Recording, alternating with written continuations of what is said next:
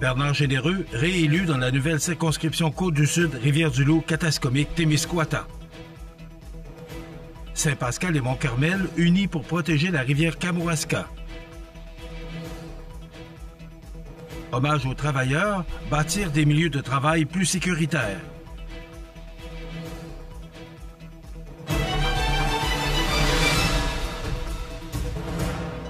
Mardi 29 avril 2025. Bonjour mesdames et messieurs, bienvenue à votre bulletin d'information sur le réseau de télévision CBA TV. Bernard Généreux aura, une fois de plus, reçu un mandat clair de la part de ses concitoyens en remportant une éclatante victoire électorale dans une circonscription redécoupée qui agrandira considérablement son territoire en tant que député de ce nouveau territoire. Gérald Beaulieu était sur place lundi soir pour assister à la réélection de Bernard Généreux dans sa circonscription. Écoutons son reportage. Le 28 avril 2025 marque l'aboutissement d'une courte campagne électorale de 36 jours hors de l'habituel. La 45e élection générale fédérale du Canada fut marquée par l'ombrage des décisions venant du sud de la frontière. La guerre tarifaire a été longtemps omniprésente dans toutes les conversations. Les traditionnels enjeux nationaux, régionaux et locaux n'ont pas eu toute la place coutumière. Bon nombre d'analystes politiques s'accordent pour dire que la question déterminante du scrutin était à qui allouer sa confiance dans le contexte actuel. Dans la nouvelle circonscription de Côte-du-Sud, Rivière-du-Loup, Katascomique, Témiscouata, avec l'ajout de la MRC de Témiscouata, la circonscription compte 77 municipalités et couvre désormais plus de 11 000 km², un territoire aussi grand qu'un pays comme le Liban. Cela représente un véritable défi. 7 candidats aspirant au rôle de député étaient inscrits sur le bulletin de vote de la circonscription afin de représenter une population de 116 216 personnes selon le recensement de 2021. CBA TV Information a choisi d'assister à la soirée électorale de Bernard Généreux qui avait lieu à l'Apocatière au bureau Bar et Grill. Déjà, en après-midi, les partisans commençaient à affluer. Le candidat du Parti conservateur, fort dans la course, cherchait à remporter un 5e mandat. Seule la défaite face à la vague orange du NPD en 2011 a coupé l'élan de ses succès. Le 27 avril marquait 11 années, soit 4019 jours en exercice dans ses fonctions de député. Un peu après 22 heures, le verdict de la population a été annoncé. Bernard Généreux a été réélu. L'enthousiasme était senti et énergique. Alors que les résultats continuaient à rentrer, Bernard Généreux a livré ses impressions et commentaires dans le feu de l'action. C'était ma 6e élection. Et c'est la 5e que je gagne grâce à vous, chers électeurs, et merci du fond du cœur. Nous avions un plan de campagne que nous avons respecté à la lettre.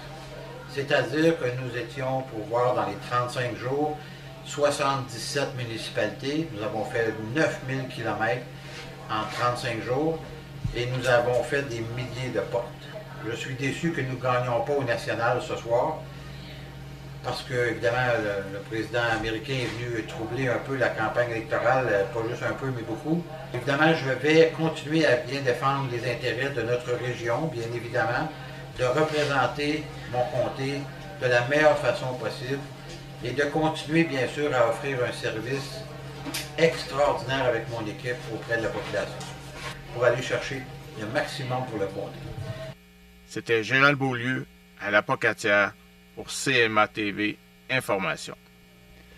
Rappelons que M. Généreux a remporté la victoire avec près de 10 000 votes de plus sur son plus proche adversaire, le libéral Rémi Mancé. Quant au Bloc québécois, la candidate Diane Sénécal a récolté près de 20 des votes dans le comté avec 12 287 voix. M. Généreux sera notre invité jeudi matin à 8h35. La ville de Saint-Pascal franchit une étape déterminante pour l'avenir de son eau potable. En effet, la ville de Saint-Pascal vient d'adopter son plan de protection des sources d'eau potable, un projet réalisé en partenariat avec la municipalité de Mont-Carmel et l'organisme de bassin versant Obakea. Ce plan vise à sécuriser et à améliorer la qualité et la quantité des eaux de la rivière Kamouraska, qui constitue la source principale d'approvisionnement en eau potable pour les 2 municipalités. Ce plan s'inscrit dans le cadre du programme pour l'élaboration des plans de protection des sources d'eau potable, une initiative du gouvernement du Québec. Le plan de protection des sources d'eau potable identifie, de façon précise, les menaces actuelles et potentielles qui pèsent sur la rivière Kamouraska, ses installations de prélèvement et de traitement de l'eau. Il propose également des mesures concrètes pour atténuer ces risques et protéger cette ressource essentielle. La mairesse de Saint-Pascal, Mme Solange Morneau, a salué cette adoption. L'adoption de ce plan est une étape cruciale pour assurer la pérennité de notre approvisionnement en eau potable. Elle précise que la mise en œuvre renforcera la capacité de la municipalité à protéger ses installations. De son côté, Antoine Plourde, directeur général d'Eau-Bakir, a souligné l'importance de la collaboration. Ce plan est un modèle de gestion intégrée des ressources en eau. Nous sommes heureux d'avoir accompagné la Ville dans cette démarche.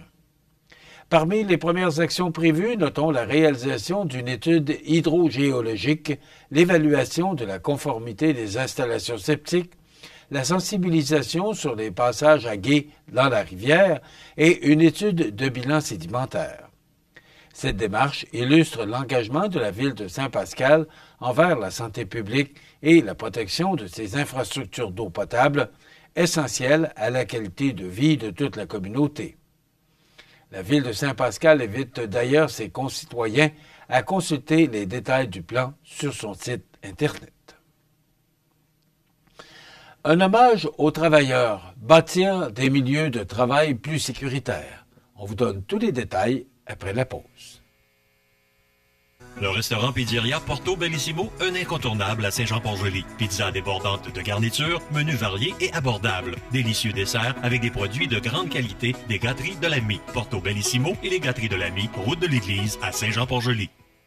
Le bijoutier Carl Poulain à Montmagny offre une sélection diversifiée et raffinée de montres, bagues, bracelets et autres accessoires de luxe pour hommes et femmes reflétant l'engagement envers l'élégance et la qualité. Le bijoutier Carl Poulain à Montmagny, où chaque bijou raconte son histoire. Soyez bien informés. L'Info CMA TV, en bref, vous résume les grands titres de l'information en seulement 2 minutes. Bonjour, voici l'info CMA TV en bref. Nouvelle importante dans le monde politique aujourd'hui alors que le ministre de la... L'Info CMA TV, en bref. 2 minutes de nouvelles locales, régionales, nationales, internationales et sportives. L'Info CMA TV, en bref. Du lundi au vendredi au cmatv.ca et sur le fil Twitter X de CMA TV. Vous regardez CMA TV, le réseau de l'information sur la Côte-du-Sud. C'est hier, lundi, le 28 avril, que l'on consacrait un jour de deuil national pour honorer les travailleurs décédés, blessés ou tombés malades à cause de leur travail. Le service en santé au travail de la Direction de santé publique et le service de prévention, santé et sécurité au travail du CI3S Chaudière-Appalaches s'unissaient à cette occasion pour rendre hommage à ces travailleurs. C'était également une occasion solennelle de renouveler l'engagement à améliorer la santé et la sécurité dans nos milieux de travail. Les statistiques parlent d'elles-mêmes. Selon la CNESST, entre janvier 2022 et décembre 2023, 15 585 travailleurs ont subi un accident de travail et 9 ont perdu la vie en Chaudière-Appalaches. À ces chiffres s'ajoutent 32 décès dus à des maladies professionnelles. À l'échelle du Québec, ce sont 426 travailleurs qui sont décédés pendant cette même période. Chaque incident nous rappelle que la prévention doit être au cœur de nos actions. Derrière chaque chiffre se cache une vie bouleversée, une famille marquée à jamais. Les conséquences des lésions professionnelles sont profondes, physiques, psychologiques et économiques. Ce jour de deuil est un appel à bâtir des milieux de travail plus humains et sécuritaires. Il invite chacun d'entre nous à profiter de chaque occasion pour discuter de santé et de sécurité au travail avec nos collègues, employeurs et partenaires. En agissant ensemble, nous pouvons éliminer les risques et protéger ce que nous avons de plus précieux, la vie. Les sports, présentés par Groupe Corriveau, entrepreneur électricien et plomberie, un appel, 4 services. Groupe Corriveau à Montmagny, 88 248 8992, votre solution. Vous avez des projets de construction ou de rénovation? Pensez Groupe Corriveau, entrepreneur électricien et plomberie. Un appel, 4 services, 88 248 8992, Groupe Corriveau à Montmagny ou groupecorriveau.com. La solution pour du travail bien fait.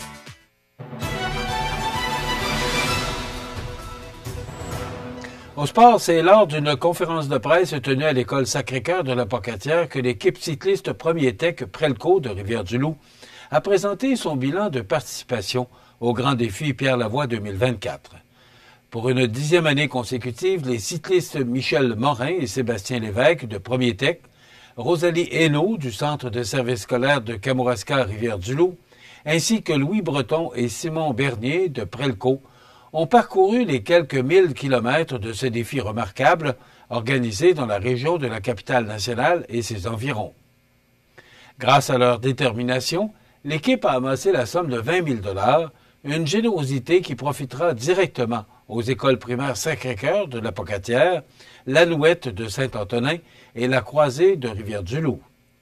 Les montants remis permettront d'acquérir de nouveaux équipements sportifs pour inciter les jeunes à adopter de saines habitudes de vie. À la Pocatière, par exemple, l'école Sacré-Cœur pourra se doter de patins à roues alignées, une nouvelle activité qui viendra enrichir l'offre sportive dès que la température le permettra. La directrice de l'établissement, Mme Joëlle Hudon, a exprimé toute sa gratitude envers l'équipe cycliste, affirmant que leur soutien contribue directement à la mission éducative de l'école, soit d'offrir aux jeunes l'opportunité de découvrir et de pratiquer divers sports, augmentant ainsi les chances qu'ils maintiennent un mode de vie actif tout au long de leur existence. Pour 2025, les cyclistes comptent bien poursuivre leur engagement. Le prochain Grand Défi Pierre Lavoie se tiendra du 12 au 15 juin prochain et l'objectif demeure ambitieux, soit de récolter encore 20 000 $ pour financer de nouveaux projets scolaires. Depuis le début de leur participation, l'équipe a déjà versé plus de 420 000 $ aux écoles de la région, un impact concret et durable sur la santé des jeunes.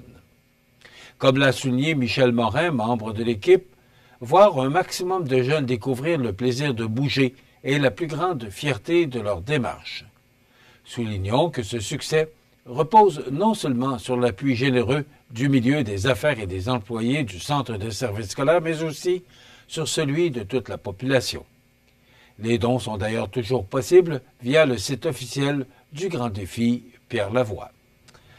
En terminant, parce que j'ai omis de vous donner les résultats dans Bellechasse-Lévis, dans Bellechasse, les Aides-Chemins et Lévis, victoire du Parti conservateur, Mme Dominique Vien, qui est réélue avec près de 14 000 voix sur son plus proche adversaire, Glenn O'Farrell du Parti libéral. Du côté du Bloc québécois, Gaby Breton a remporté 11 775 votes. On vous parlera davantage de ces élections dans nos commentaires sur l'actualité.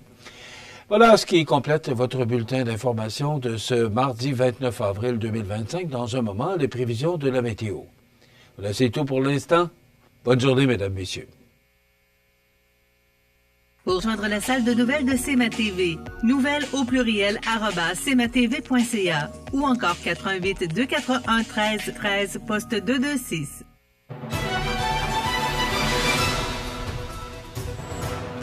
Hier, on a connecté, je pourrais dire avec l'été. Vraiment une belle journée. Moi, j'ai vu 22 degrés, là, je ne sais pas, j'ose pas trop m'avancer. Vraiment une belle journée. Aujourd'hui, on parle encore d'une belle journée, mais pourtant, là, c'est nuageux. On parle d'orage en fin de journée. Et si on regarde l'image satellite, ben voilà, cette image parle d'elle-même, là, parce qu'il y aura des précipitations en fin de journée, possiblement des orages, parce que la température, c'est beaucoup trop chaud, ce que moi j'ai cru voir hier, là, sur les sites météorologiques, là, les températures étaient vraiment trop chaudes pour la période, et il semblerait que cette température est propice, là, à à la formation d'orage. Jean, si on revient sur l'image radar, ben voilà, il y aura de la pluie là, au cours des prochains jours et vous allez voir que les températures vont considérablement s'abaisser. Ça va être beaucoup plus froid.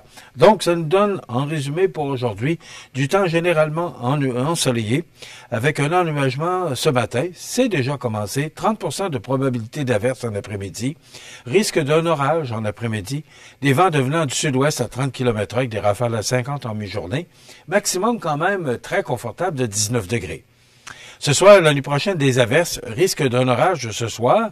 Et les températures vont changer parce qu'on va avoir des vents du sud-ouest de 30 km/h avec des rafales à 50 qui vont changer de direction et souffler nord-ouest à 20 km/h avec des rafales à 40 au cours de la nuit, ce qui contribuera à faire diminuer les températures. On parle d'un minimum de 3 degrés pour la nuit prochaine. Demain, pour la dernière journée du mois d'avril, dégagement le matin, vent du nord-ouest de 20 km/h avec des rafales à 40, maximum de 9 degrés. Pour la première journée du mois de mai, jeudi, c'est du soleil avec un maximum de 8. Et c'est le retour du temps gris pour vendredi avec de la pluie. Ce sera frais à 9 avec 9 degrés. Et pour samedi, de la pluie avec un maximum de 13. Les normales de saison, ce temps-ci de l'année, sont de 12 le jour, 1 la nuit. Le soleil s'est levé à 5h30 ce matin, se couchera à 8h moins 10, heure avancée de l'Est. Il fait actuellement 12 degrés à l'extérieur des studios de CMA-TV. Ça fait drôle de dire ça, à 12 degrés, surtout à tôt le matin. Les vents soufflent de direction sud-ouest à 15 km/h. L'humidité est à 56% et la pression barométrique est à 101,4 kPa. Donc, profitez de cette journée de chaleur, si je peux m'exprimer ainsi, parce que les températures vont considérablement s'abaisser au cours des prochains jours. Maintenant, le menu de cette émission du mardi 29 avril. Dans un moment, on reçoit Joël Croteau, qui est président de la Ligue de hockey olympique. Alors, on va faire le tour de cette ligue, savoir où on en est et qu'est-ce qui nous attend pour la prochaine saison. Ça fait longtemps qu'il n'est pas venu nous voir. Alors, Joël sera avec nous. Et bien sûr, on va jaser d'actualité et surtout d'élections dans le cadre de nos commentaires sur l'actualité. Je vous souhaite donc une excellente émission à notre antenne.